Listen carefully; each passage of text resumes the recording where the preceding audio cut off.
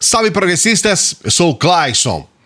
Problemas com as provas do Enem acontecem. Não é a primeira vez que a gente tem problemas. Em 2009, por exemplo, teve uma prova que foi roubada. Em 2010 teve erros de impressão. Depois, em 2011, nós tivemos questões repetidas dentro do Enem. Tivemos também, em 2014, teve o vazamento da prova de redação.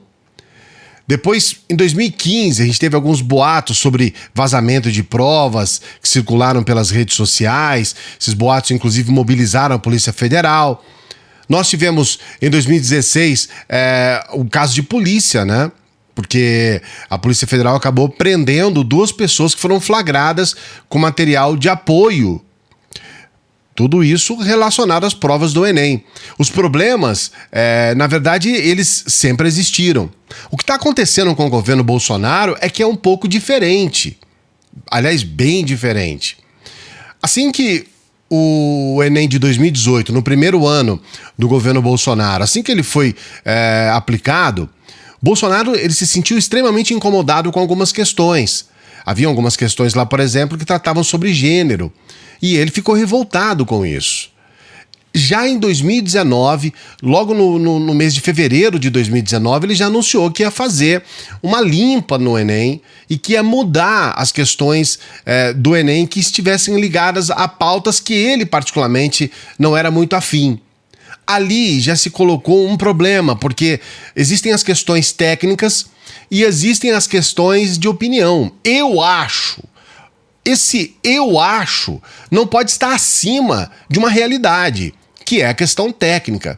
Para que você possa ter uma opinião sobre algo, você tem que ter especialmente quando estamos falando de uma questão específica aqui, que é sobre educação, que é a aplicação de provas do exame, do Enem, a gente precisa ter um argumento técnico para dizer sim e não. Na verdade, esse argumento técnico ele não existe. Eu vou mostrar hoje aqui para você quais são as desculpas, vamos dizer entre aspas, para que algumas questões não entrem nas provas. E você vai ficar assustado, assustada. Os problemas com relação ao Enem no governo Bolsonaro, eles tomam outras proporções. Em 2019, por exemplo, houve um problema gigantesco com uma gráfica que estava fazendo aquele trabalho sem licitação. Então, nós tivemos que gastar quase 150 milhões de reais a mais em função de um contrato que estava bagunçado. Já não é mais uma questão, roubou a prova, houve fraude ou qualquer coisa assim. Já é uma questão de incompetência mesmo. Algo ligado diretamente a um problema de incapacidade do governo.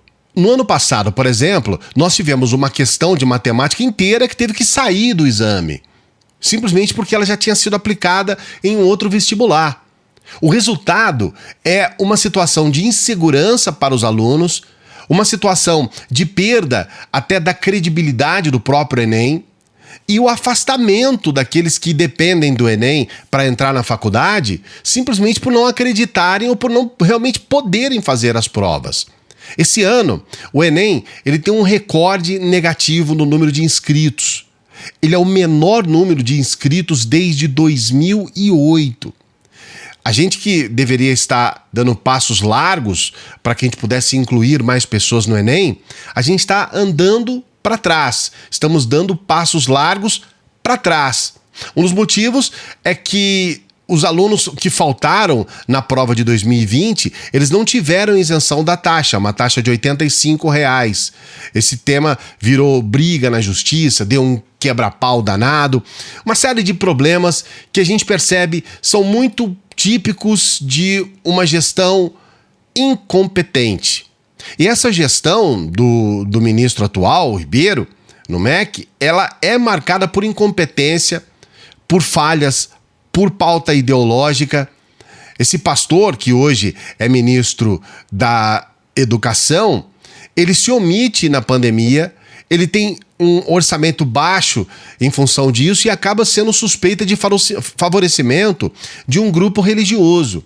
Há 2 dias atrás, quando esteve na Comissão de Educação, o Milton Ribeiro, o ministro da Educação, ele acabou sendo interpelado pela Natália Bonavides.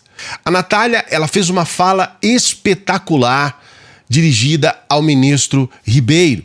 É importante a gente acompanhar na íntegra essa fala, porque ela diz muito a respeito do pensamento da maioria de nós, a respeito do governo Bolsonaro e a respeito do Ministério da Educação. Eu vou colocar na íntegra essa fala e vou trazer daqui a pouquinho, então, a censura, o que de fato está fazendo o governo nesse Enem 2021.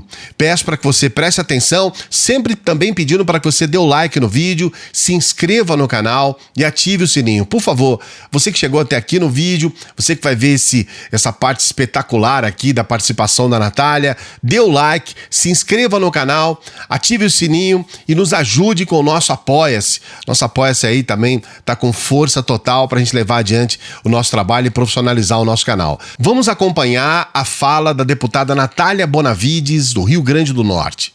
Ministro, Bolsonaro mente muito, né? A palavra dele não vale um risco na água, mas ele não mentiu de todo quando ele falou que realmente com esse Enem se começa a ter a cara do governo. Porque é o Enem mais excludente, porque é o menor número de inscrições, pela queda drástica no número de estudantes de escola pública inscritos, no número de estudantes negros inscritos. O problema não é da prova, é porque isso vai significar um aumento brutal da desigualdade no acesso à universidade, o impacto brutal que a gente ainda vai ver.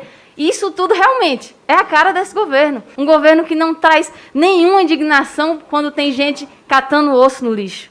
E também é a cara desse governo intimidar, perseguir, censurar. Isso tudo já vem sendo feito na cultura, no meio ambiente, e isso está sendo feito no Enem. E isso é criminoso. Dizer que é normal uma visitinha da PF aos servidores é porque os senhores do governo Bolsonaro estão se acostumando a aparelhar as estruturas do Estado para os objetivos mais vergonhosos. E é nítido que no Enem teve assédio, teve constrangimento ilegal para fazer uma intervenção autoritária. Os senhores estão tentando transformar aquilo que foi um instrumento fundamental para ter a maior ampliação de ingresso em universidades da história, e os senhores estão tentando transformar num instrumento de exclusão, de ampliação das desigualdades. Vocês estão desgraçando o Enem. Então, senhor ministro, se o senhor puder não responder, desculpe, não tem outra palavra, não responder com o cinismo das respostas anteriores. Teve ou não exclusão de questões? O que a PF foi averiguar? A PF agora faz vistoria de prédio? Não tem isso de problema nenhum, de visitinha, de confiança. Isso é constrangimento ilegal, isso é assédio, isso é criminoso.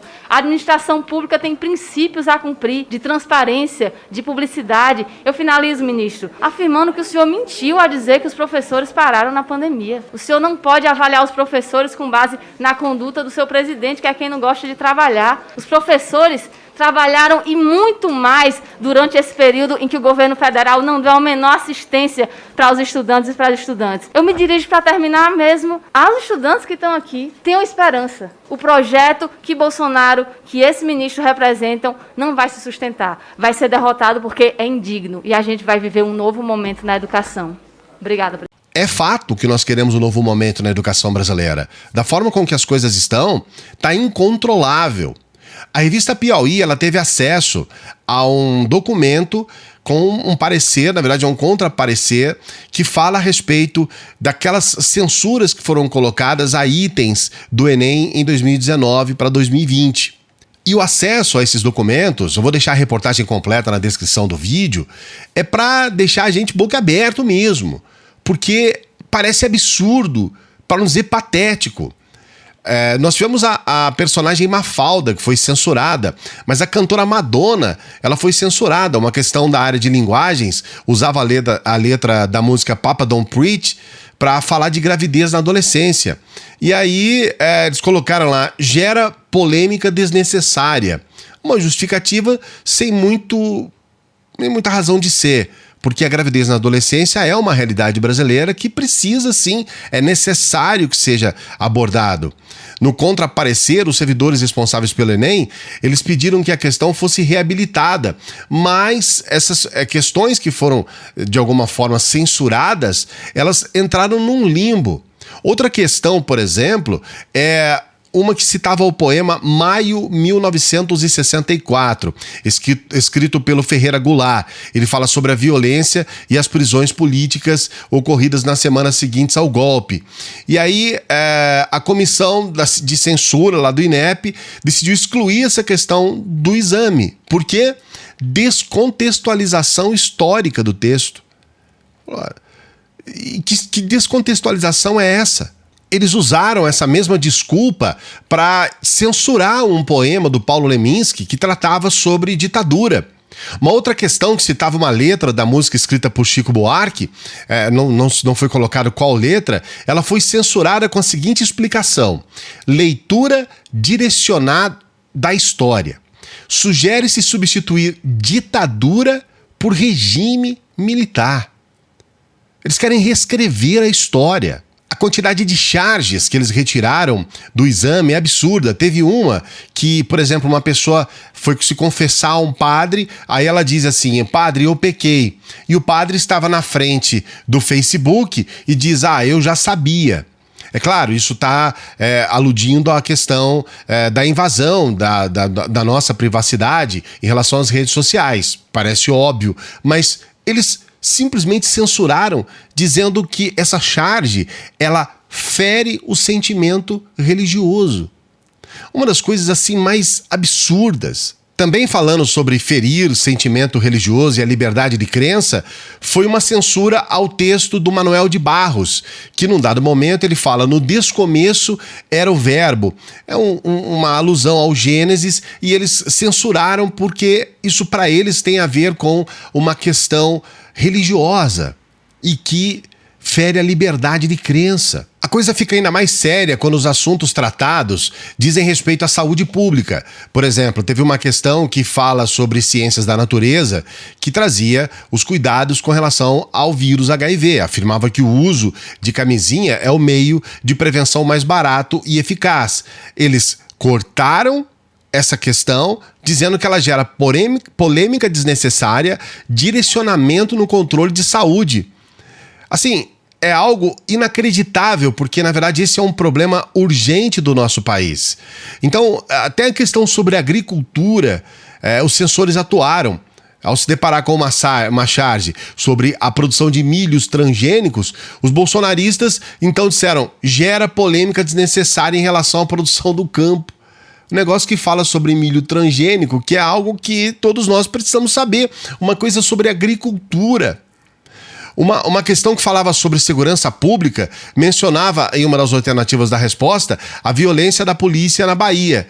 Então ela foi censurada, porque isso é ofensivo à força policial baiana, sendo que, de fato, aconteceu a violência. Então, são coisas que a gente... eu não vou trazer todos os detalhes aqui para você, tem várias questões, vou pedir para que você leia. Eles falam sobre o Trump, censuram críticas ao Trump, censuram sobre questões da Palestina, sobre muitas questões que dizem respeito ao Brasil e ao mundo, censura atrás de censura, sempre com essa questão de polêmica desnecessária e coisas assim, como se a polêmica fosse algo a ser combatido também, sendo que a polêmica nada mais é do que a discussão, o debate sobre os assuntos. E o debate é importante, é fundamental. A construção do conhecimento, ela se dá também por intermédio do debate de ideias. Então o que a gente percebe é uma atuação direta do governo numa situação em que as coisas estão muito complicadas. Eu queria muito saber o que você pensa a respeito disso. Se realmente a gente está caminhando para o apequenamento da educação brasileira por questões puramente ideológicas. Coloque seu comentário aqui, não se esqueça de dar o like no vídeo, se inscrever no canal, ativar o sininho. A gente está sempre aqui trabalhando para você. Dê a força aí no nosso Apoia-se. Tenha um bom final de semana. A gente se encontra numa próxima.